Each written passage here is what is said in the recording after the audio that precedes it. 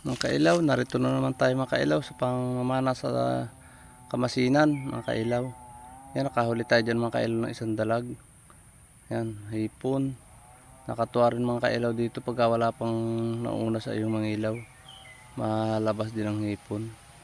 Pero pagka may nauna na, ay nako, bago ka makapana mga kailaw ay talagang kilometro ang bago ka makahuli. Pero palibhas wala pang nangingilaw, yun malaman mga kailaw. Yun mga kailaw, yung mga puting hipon lang para bang istalpasayan. Sarap din yan mga kailaw. Hipong layon, hindi katulad ng hipong ano ay sapa na mga maiitim. Sila ay mapuputi. Yan. Marami din tayo mga kailaw na huli dyan.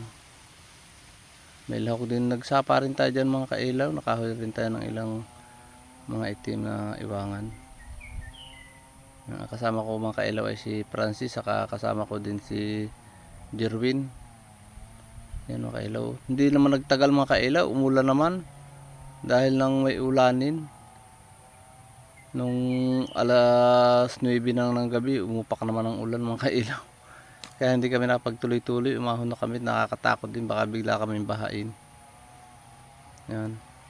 Kaya hindi rin kami nakatagal ng pangingilaw, hanggang alas 10 lang kami ng gabi.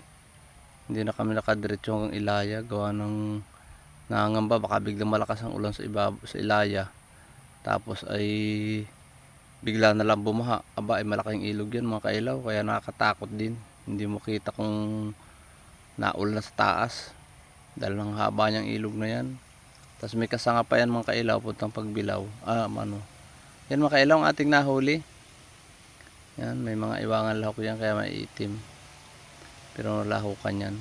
Bye na mga kailaw.